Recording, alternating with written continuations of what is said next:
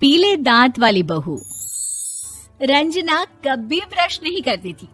उसे कितनी बार उसके माँ बाप ने डांटा, लेकिन उसका कोई असर उस पर होता ही नहीं था, जिस कारण से उसके दांत पीले पीले हो जाते हैं। शादी के बाद अरे बहू, वैसे तो तुझ में कोई कमी नहीं है, पर तेरे दांत इतने पीले कैसे हैं बेटा? कैसे मतलब? कोई सर्जरी थोड़ी ना कराइए। वो तो क्या नाम, मैं ब्रश नहीं करती थी तो पीले हो गए। अब क्या करूं? आप कहें तो लाल करवा लूं या फिर काले? यार ये क्या है, क्यों माँ से लड़ रही हो? लड़ रही हूँ? अरे मैं लड़ रही हूँ या ये बोल रही है कि दांत पीले हैं, पीले। अरे तपस्या थोड़ी ना की है इन्हें पीले करने के लिए। बकायदा ब्रश नहीं किया है 20 साल तक, तब जाकर। छी, कैसी बात कर रही हो? ये उस वक्त तो पीले नहीं थे जब हम लोग तुम्हें देखने आए थे। अरे तब साफ करवा लिया होगा डेंटिस्ट के पास जाकर। अब देखो कैसे पीले पीले लग रहे हैं। रंजना सास की तरफ गुस्से से देखती है। फिर शुरू हो गई पीले पीले पीले। अरे पीले तो तब भी थे जब मेरे हाथ का रसगुल्ला उड़ा उड़ा कर खा रही थी और बोल रही थी, लड़की नहीं गुणों का खजाना दे रहे भाई साहब आप। खैर, अब वो लोग करते भी तो क्या करते, पीले दांत वाली बहू पल्ले पड़ी थी तो झेलना तो था ही। एक दिन कीर्तन में रंजना गाना गा रही थी। अरे कमला बहन, माँ का द्वार है, यहाँ तो सब शुद्ध होकर आते हैं, फिर अपनी बहू को ब्रश भी नहीं करवाती तुम। दूर से पीले पीले दांत भक्ति में बाधा उत्पन्न कर रहे हैं। अरे कोई 2 साल के बच्ची थोड़ी ना लेकर आई हूँ मैं बहू बनाकर।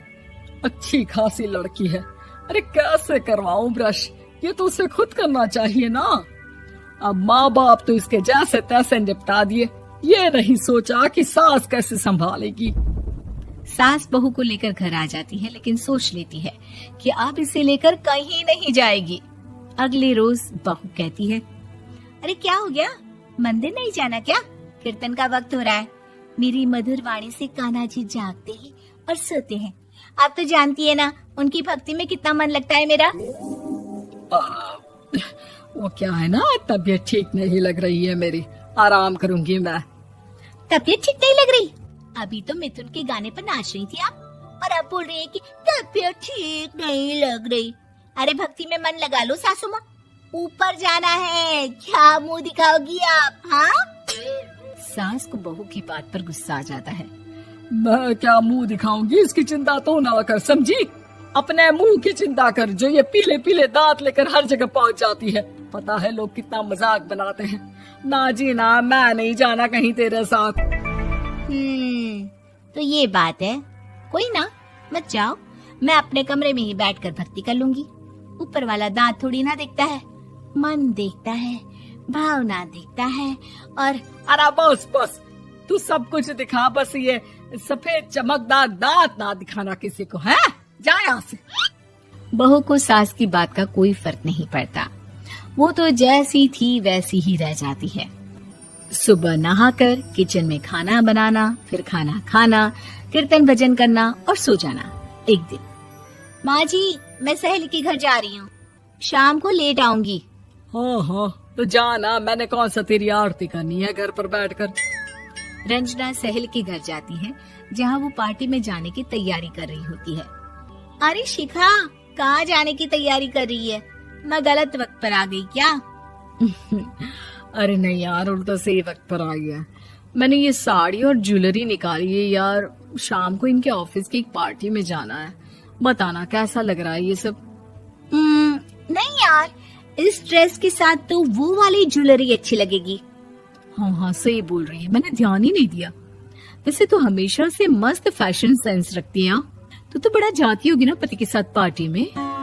रंजना कुछ नहीं बोलती, बस सोचती है कि यार काश ये बात सही हो जाती, पर मैं क्यों नहीं जाती पार्टी में? क्या इन लोगों की कोई पार्टी होती नहीं होगी? रंजना घर आती है और रात में पति से सवाल करती है, एक बात बताइए, आप मुझे किसी पार्टी में क्यों नहीं ले जाते? क्या आपके यहाँ ऑफिस में पार्टी नहीं होती? पति बेचारा क्या कहता कि दांत पीले हैं तुम्हारे इसलिए। अरे कोई पार्टी होती नहीं हम लोगों के ऑफिस में, तो कहाँ से लेकर जाऊं? और मार्केट, मॉल, कहीं वीकेंड घूमना, कहीं तो। अरे यार, सारे हफ्ते में एक छुट्टी मिलती है, तो सोचता हूँ कि आराम ही कर लूं। क्यों? रंजना मन मार के रह जाती है। पहले कभी सास के साथ मंदिर जाया करती थी, लेकिन वो भी सास ने ले जाना बंद कर दिया। घर बैठी बैठी रंजना बोर हो जाती है। तभी उसे आइडिया आता है और वो मायके जाने का सोचती है। सासू माँ, 2 दिनों के लिए मम्मी के घर जा रही हूँ। अच्छा ठीक है, आराम से जा।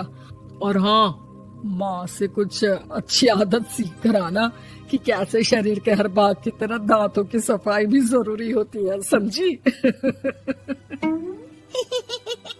शुरू हो गई ना आप। वो लोग आपकी तरह नहीं है कि छोटी छोटी बात का बतंगड़ बना दे। उन लोगों के लिए मैं मायने रखती हूँ, ना कि मेरे पीले पीले दांत।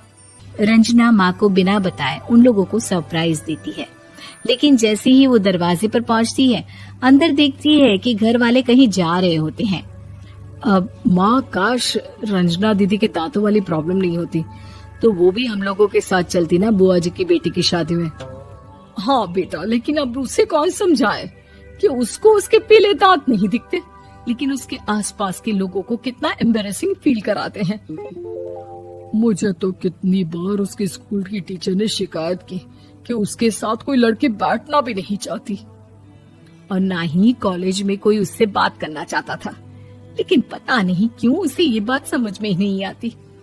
कोई कमी नहीं है उस लड़की में, बस यही कि दांत पीले हैं। वो तो भला हो जीजा जी और उनकी माँ का, जो दीदी को जैसी है वैसे ही रखा हुआ है। रंजना को अपने घर वालों की बात सुनकर बहुत दुख होता है। वो सोचती है कि वो क्या करे, लेकिन फिर वो सीधा डेंटिस्ट के पास जाती है, अपने दांत चमकाती है और कसम खाती है कि वो रोज ब्रश करेगी। अरे क्या हो गया? तुम तो 2 दिनों के लिए गई थी ना, पर कोई ना, अच्छा है, चलो आ गई तो। रंजना सास के सामने आकर खड़ी हो जाती है और पूरी स्माइल करती है, उसके चमकदार दांतों को दिखाती हुई। हैं? चले मंदिर। माँ, मुझे माफ कर दीजिए, मैंने आप लोगों को बहुत एम्बैरेसिंग फील करवाया। मैं आज से रोज ब्रश करूंगी।